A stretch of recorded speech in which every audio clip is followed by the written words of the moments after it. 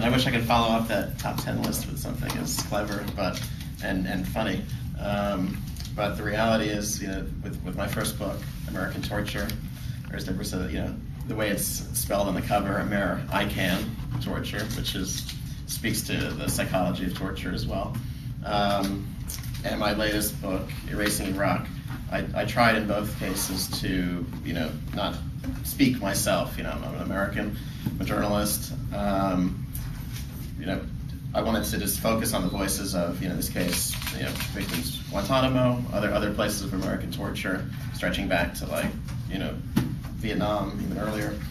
And with this one, it's the same. Voices of Iraqis, not just since 2003, but going back to the sanctions and the first Gulf War, which David spelled out very clearly just how devastating, especially to the infrastructure, that war was, which even in forums, this is why I'm so appreciative he brought that up, because even in forums like this, sometimes we don't even examine the damage from the first Gulf War and the sanctions period. The first Gulf War, as David said, knocked out most of the power stations, sewage plants, and this is in a country that did have the best healthcare in the region, the most developed infrastructure in the region. Suddenly, it was to quote a U.S. general, bombed into the Stone Age, and that's where the trauma begins in terms of where I pick up in this book. Of course, there was the Iran-Iraq War before it, which was horrible in a lot of different ways. But basically, what I sought to do in this book is to gather these voices, because we could have a discussion about media silence, but I think one of the most effective ways is to get people to care, to turn on, is to not maybe even hear what I have to say, although I'm talking now, but to hear the voices of actual victims, Iraqis in this case. And so that's what I set out to do here in the book. I went to Syria and Jordan, spent time with Iraqi refugees. I looked at blogs. The 2003 invasion is unique in the sense it was the first invasion or U.S. invasion that was essentially live. It didn't have Twitter then; it would have been live tweeted. But it was at least live blogged, and so you have blog posts coming out of Baghdad describing what's going on in ways obviously CNN and other big media couldn't or didn't want to cover. So I brought those narratives in, and those things are still online, obviously, just sitting out there. Into this portrait of destruction. So after all my research and travel and blah blah blah, what did I kind of conclude? Well, I came across a word, I didn't invent it, that was used in the context of Bosnia, called sociocide. Sociocide it's like genocide, but a little different. A sociocide is the destruction of a society, and I thought after going through these narratives, looking at all the destruction, it was the only apt word to describe what the United States has been doing, and you could argue continues to do in certain respects in Iraq. It wasn't a successful sociocide. Obviously, Iraq lives on in their civil society, although it has its problems, it remains strong, and the country is starting to rebuild, so it wasn't a complete sociocide, but I call it in the book, at least an attempted sociocide. And because what does that term involve? Okay, well, you have the deaths. The first Gulf War, 20,000 outright. Sanctions, over 500,000 children died. That's mostly due to lack of medicines, the issues with power and how it affected hospitals, malnutrition, things like that. And then you have the 2003 invasion. Estimates. The Lancet estimate of it would be extrapolated today of well over 1 million deaths. But even if you go with the bare minimum Iraqi body count figure, which this is the organization that just goes through media accounts and just tallies every time the media mentions someone has died in Iraq. They're at like 110,000. But with the WikiLeaks documents, they're adding at least 50,000 more, so maybe 160,000 verifiable, media accounted deaths. So you have the deaths. You have the displacement, which I can talk about a little bit later, of within Iraq, up to 2 million internally displaced. You have currently today about 500,000 Iraqis living in slums and makeshift conditions, buildings, and bombed out sites. And then you have, obviously outside of Iraq, the refugees, which that crisis really got going and probably around, in a serious, very serious way, 2005, 2006, during the start of the Civil War. Over 1 million Iraqis in Syria, which now you have the unique situation of many Iraqis in Syria. They went there to escape the violence in Iraq, being forced back into Iraq due to the uprising there. But you have all this displacement. You have the refugee crisis. You have the deaths. But what about the destruction of, say, the Baghdad Museum? Where does that fit in?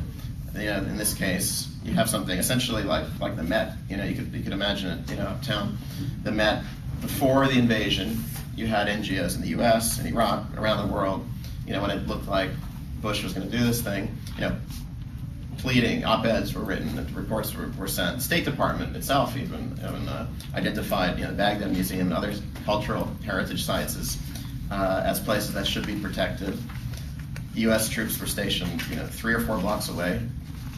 And when Baghdad fell, and in that vacuum of just criminality and riots and looting, the Baghdad Museum was not protected, completely overrun by looters, by people within just wanted to make a buck, just people running amok, and over 9,000 artifacts remain missing or lost. Some of these priceless artifacts were recovered.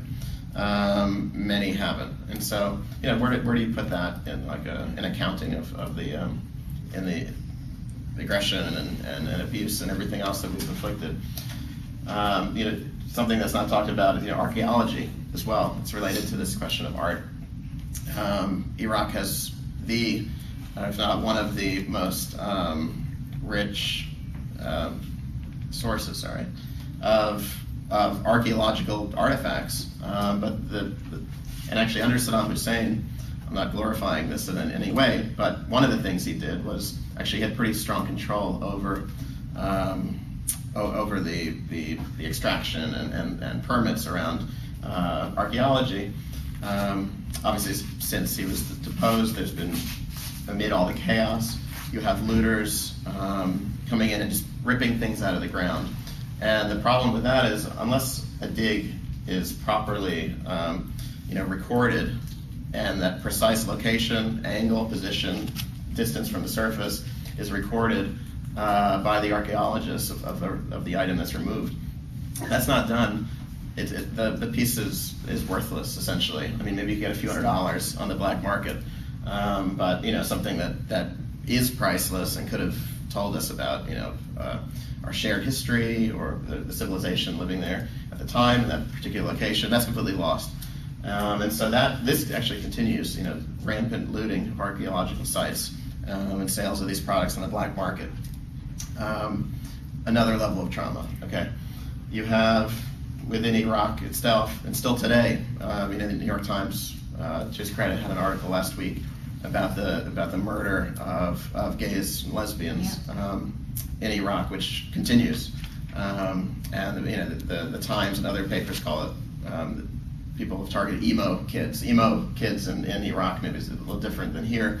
Kids that just don't fit the mold of your typical, straight-laced teenager. They look a bit goth. They have long hair. They have been targeted hugely by the remnants of militias and religious groups, and they have no protection whatsoever. And so hundreds have been killed and continue to be killed.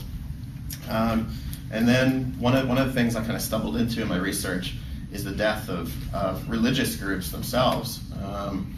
I spent some time with the Mandaeans. Mandaeanism is a religion. It's a very pacifist religion. It's very almost Quaker-like, very pacifist. They've lived in Iraq for millennia, thousands of years, and just without a situation like they find themselves in today, where there was about 50,000 or so Mandaeans in Iraq before the invasion.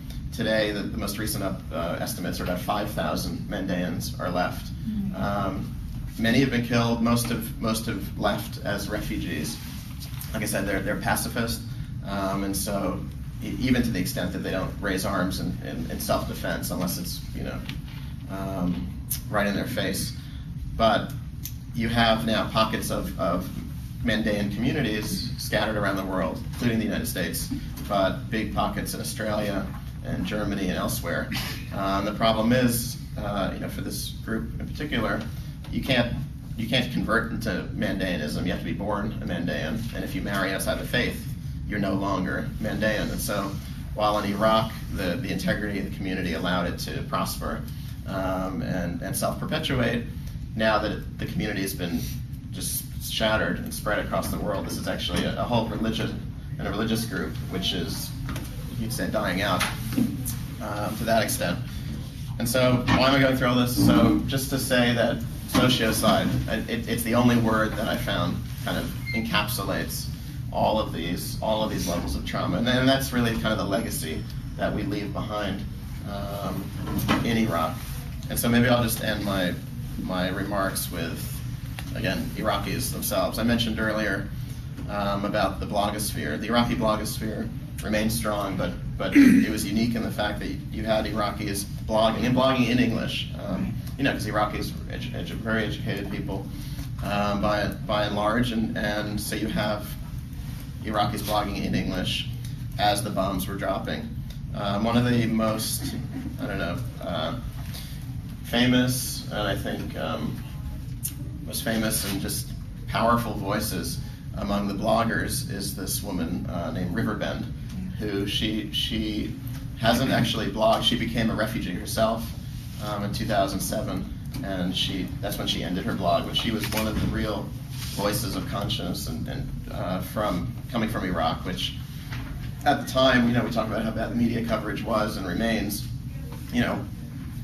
That's true, but you also had these, if you knew where to look, which wasn't that hard if you just Googled Iraqi blogs, you have these really powerful, moving narratives coming out of the country. And so I'll just end with maybe one posting of hers. She writes, "A 12-year-old boy was shot in his garden while playing. The Americans say he was caught in the crossfire between them and someone else. His mother was almost tearing her hair out, and his father was beating the ground and moaning. He looked ready to kill. People talk about the future, and how 5 years from now, 10 years from now, 50 years from now, things are going to be better. Some people no longer have a future. The parents of that boy no longer care about the future of Iraq or the future of America or anything else. They buried their future last night. I'm sure the future means as much to them as it does to the parents of the soldiers dying in Iraq on a daily basis. When Bush, quote, brought the war to the terrorists, he failed to mention he wouldn't be fighting it in some distant mountains or barren deserts. The front line is our homes. The collateral damage are our friends and families." So, here we go.